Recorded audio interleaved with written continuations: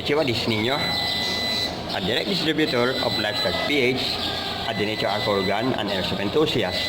So, may bago na naman po tayong special episode na ilalathala natin dito sa remake. Pero bago lahat, ilang shoutouts na naman ang ilalathala natin sa screen. So, sit back, relax and enjoy the show. God bless.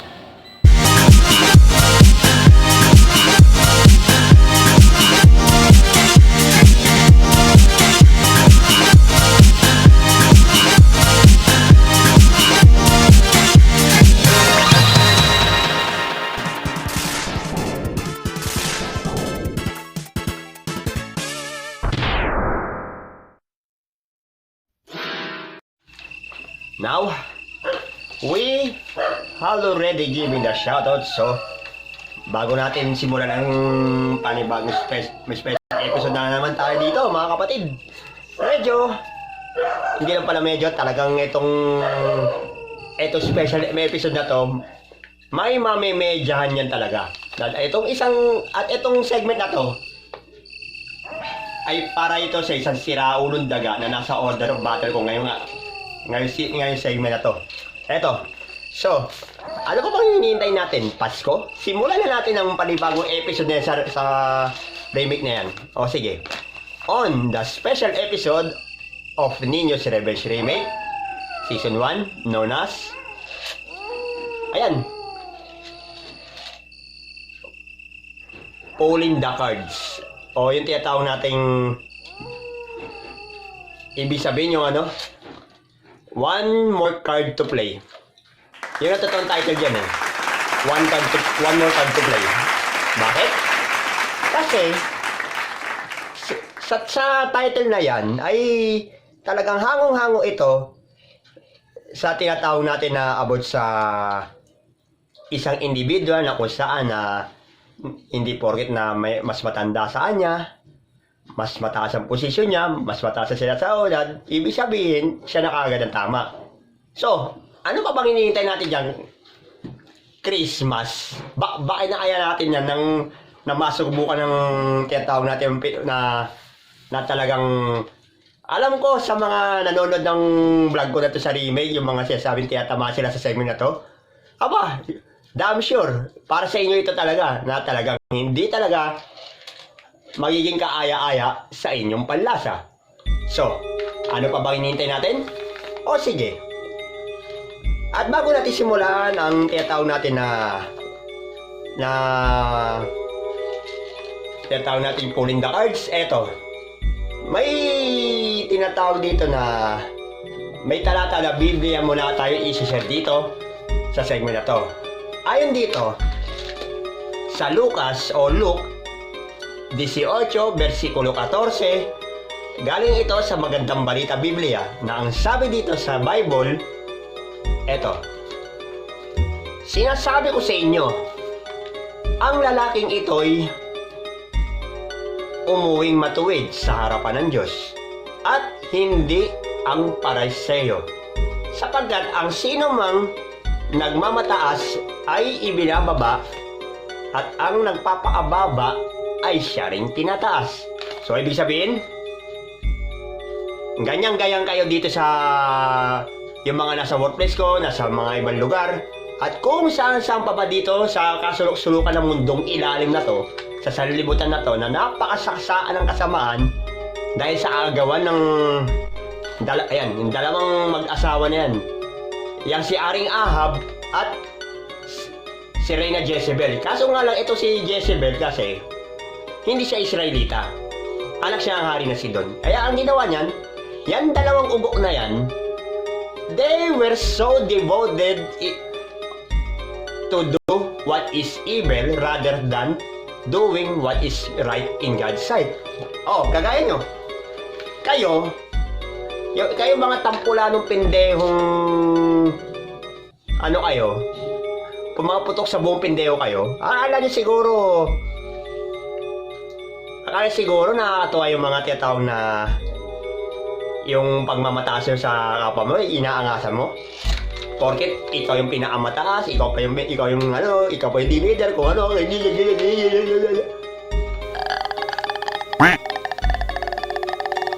Eto, sasabihin ko sa inyo, never mess with this person.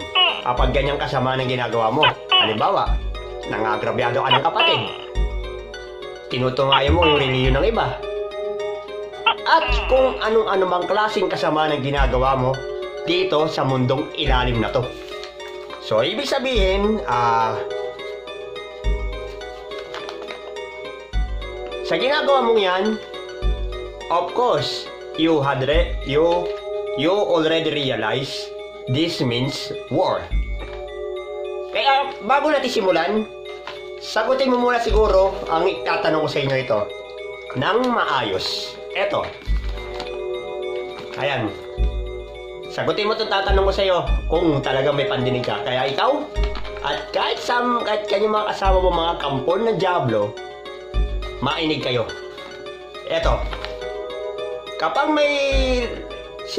mayroon sinasabi sa inyo na hindi totoo o gumawa ng kwento o kasinungalingan para mapasama sa paningin ng tao,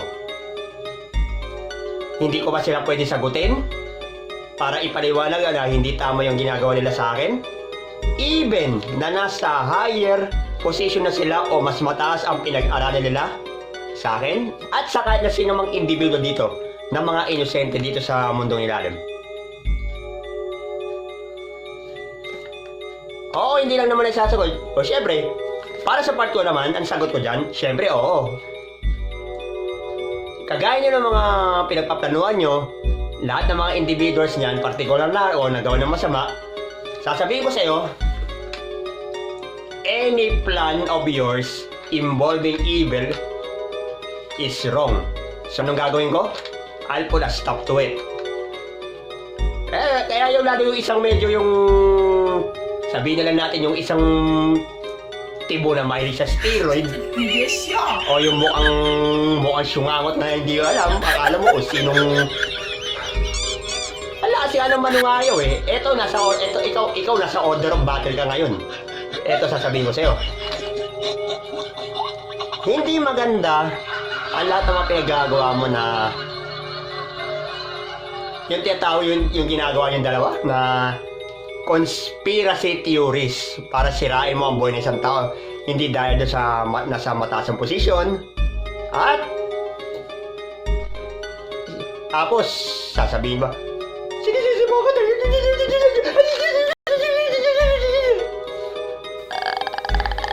kago pa. Ang lakas naman yata ng trip mo na magngangangaw sa akin ng ganyan. At saka yung sinasabi ko sa'yo, hoy, yung sinasabi mo, ano nga pala sinasabi mo na yung lahat ng mga post ko sa Facebook, puro patama sa'yo? Bakit? Ba't apektado ka? Bakit? May nakita ka bang pangalan mo? May nakita ka bang ano mo yung mga sinasabi mo? O ba't masyado kang overreacted? Mukhang retarded na tanga. Speaking of tanga, ikaw ngayon. Ikaw ngayon, na tanga, na ginagawa mo sa apa mo, ginagawa mo pang mas tanga pa kesa ikaw na totoong tanga ka. Ano mo sasabihin mo? Oh my God!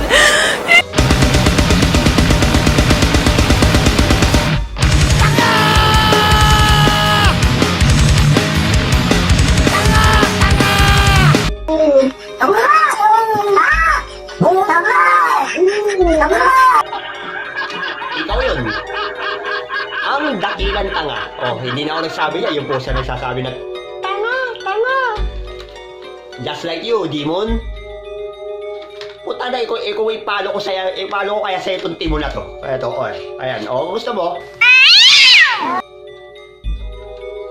Abuisit no?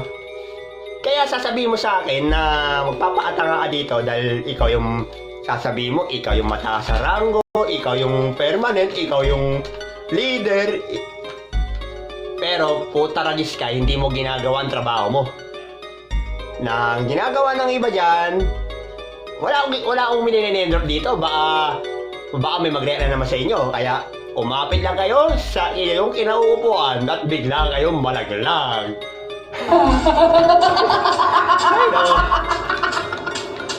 Alam mo, parang ito na sa yung Pakita mo yung video. Ayan.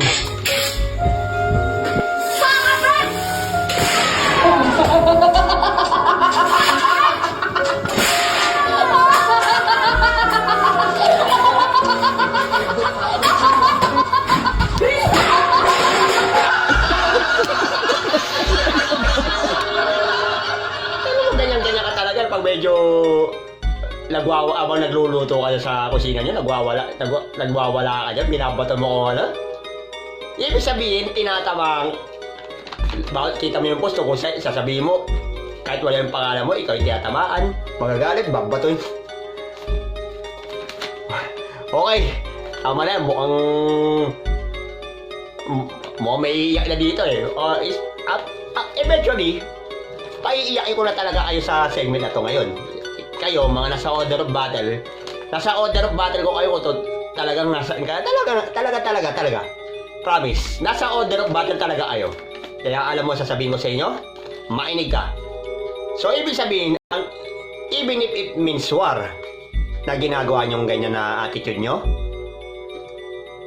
hindi ko tinotolerate lang mga yan dahil alam mo siya, sabi ko sa'yo, ako, hindi ako tinuruan maging duwag. Lalo-lalo pa sa lahat ng mga klaseng kasamaan na binabato nyo sa akin. At sa kahit na sino pang individual na inosente dito sa lugar na to. So ito, pakinggan mo sasabihin ko. Mainig ka. Diablo. Diablitong buwang ka. Mainig ka. Been said several times and I'll say it again. Being older or higher in position doesn't give you superiority. Not because you have medals, grades, credentials, positions, or sinasabi mong di porket matanda ka, ikaw na agad ang tama. At hindi dahil matanda ka na o mataas pa ang position mo, gonggong ka na pinagla kasi na utak mo galunggong, pre-respetuhin ka na. Aba, hindi tama yan kasi kung hindi ka ba namang utak galunggong tapos pa ba? Gaya na sinabi ko sa iyo, sarili mo, ginagawa mong wala kang makita sa tao na to sa yung nagbablog na to, pag nakikita mo sa workplace at saan lugar. Anong ginagawa mo sa tao na to? Puro agagalitan, puro kasiraan, puro mga kahit anong bagay na ginagawa natin dito sa segment na to. Sa mundong ilalim na to pala. So, ibig sabihin, hindi porket ikaw ay nasa mataas ang posisyon ka o yung dahil malaking sinasahuran mo, mga agrabyado ka ng kapwa mo. Tanda mo, huwag mo nga pinupul yung sinasabi mong mas matanda ako sa iyo card o permanent or higher position card na yan na sinasabi mo kapag na-realize mo sa sarili mo na ikaw ang mali.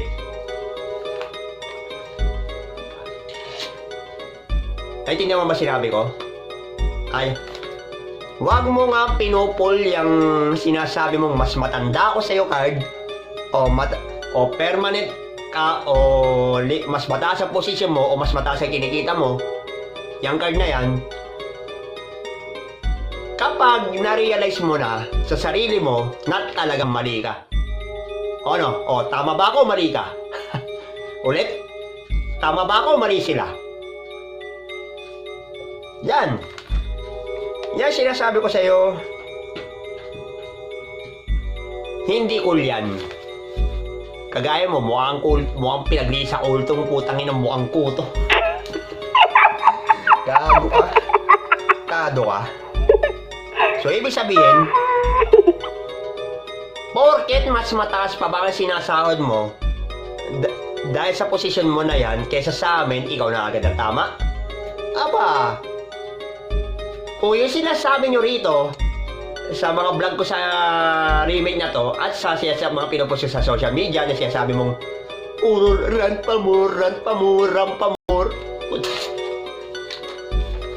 Oy, there is no ranting on my segments here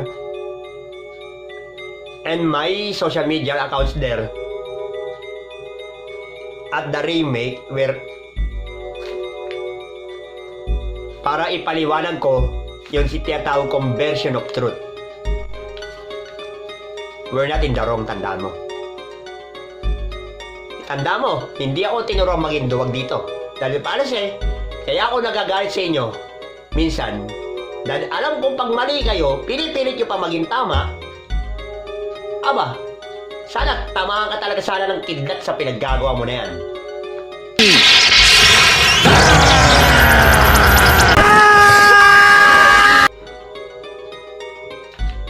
Ganyan. Yang mga bagay na kasama na ginagawa mo sa kapwa mo na pinangalandahan mo, ikaw magmamataas sa sarili mo,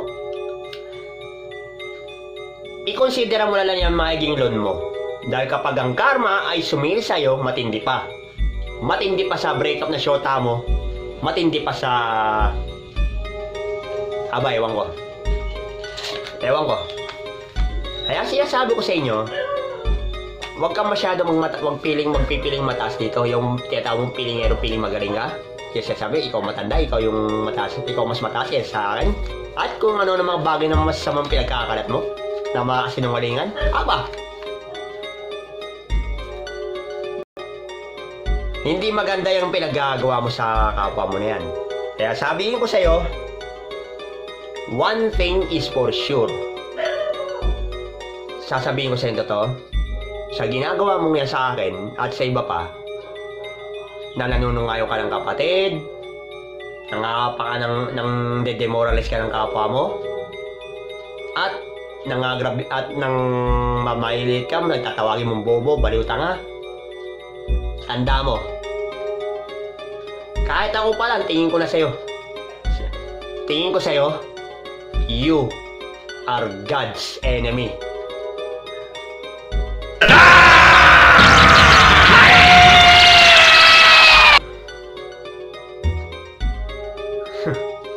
Hindi mo alam ang pinagsasabi mo na yan. So,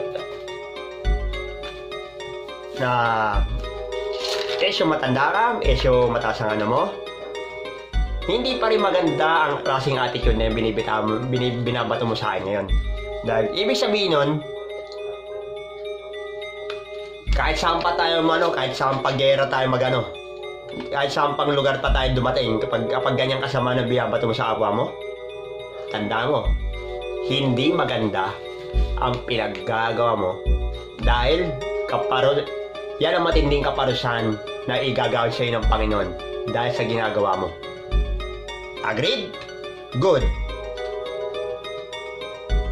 At para sa'yo, patawarin ka ng Panginoon, pero kaso nga lang, sasabihin ko sa'yo, yung may pinagkabalo, mga pinagsasabi mo na wala mo na. Medyo nakakapikon lang yung mga pinagsasabi mo, pinaggagawa mo na kasi ng mga nilabasahin. At ang lakas mo pa mambaliktad. Tanda mo, hindi porket matanda ka sa akin, pero mas mataas ang posisyon mo sa akin, at mataas ang sinasakal mo kaysa sa akin, ikaw ang tama, ikaw lahat ng para bang Mr. Know-it-all ang lahat. At hindi porket matanda ka, mataas ang mo, pinag-aralan mo,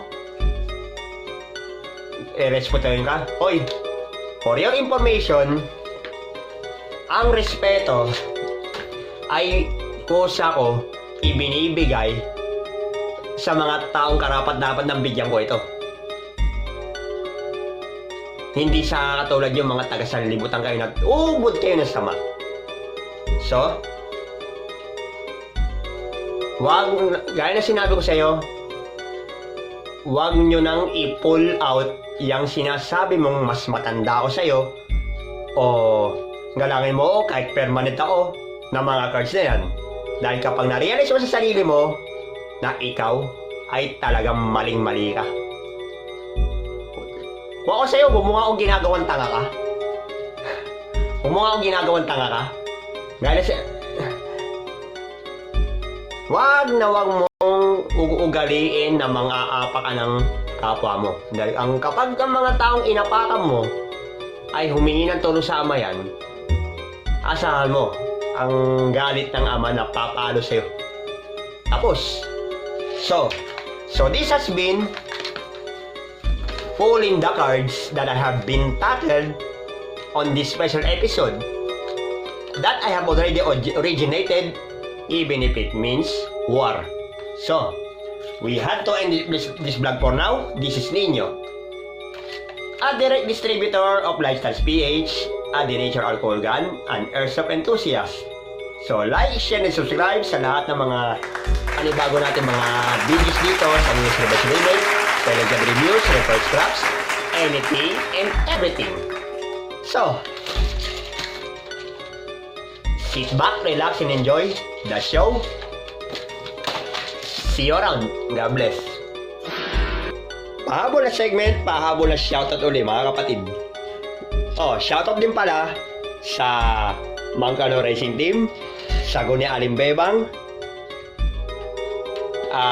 Labatiba ni Saddam, Mona Kiki, at syempre, at tanggap timpla ng kape sa labas ng Krisamar.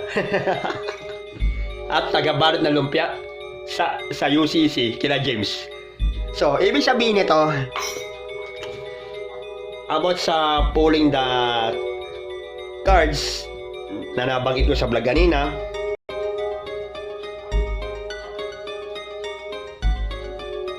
Better advice lang. Kuha ko sa inyo mga kapatid. Kuha ko sa inyo mga masamang tao kayo sa sanlibutan na to. Humingi na lang siguro kayo ng public apology sa taong ginawa mo ng hindi maganda. At hindi lang yan. And since na hindi nyo ginagawa ng public apology lahat ng mga tao na yan na ginawa mo na hindi maganda, asahan mo na lang ang bagsak ng galit ng Panginoon laban sa'yo. Dahil sa mga pinaggagawa mo na yan, yung utak mo na yan kasi. Kasing kitig lamang ng hibla ng buhok at ng molecule ang pag-iisip mo na yan dahil sa ginagawa mong mapagmataas na yan. So, anong ibig ko sabihin? Utak mo, may ubo.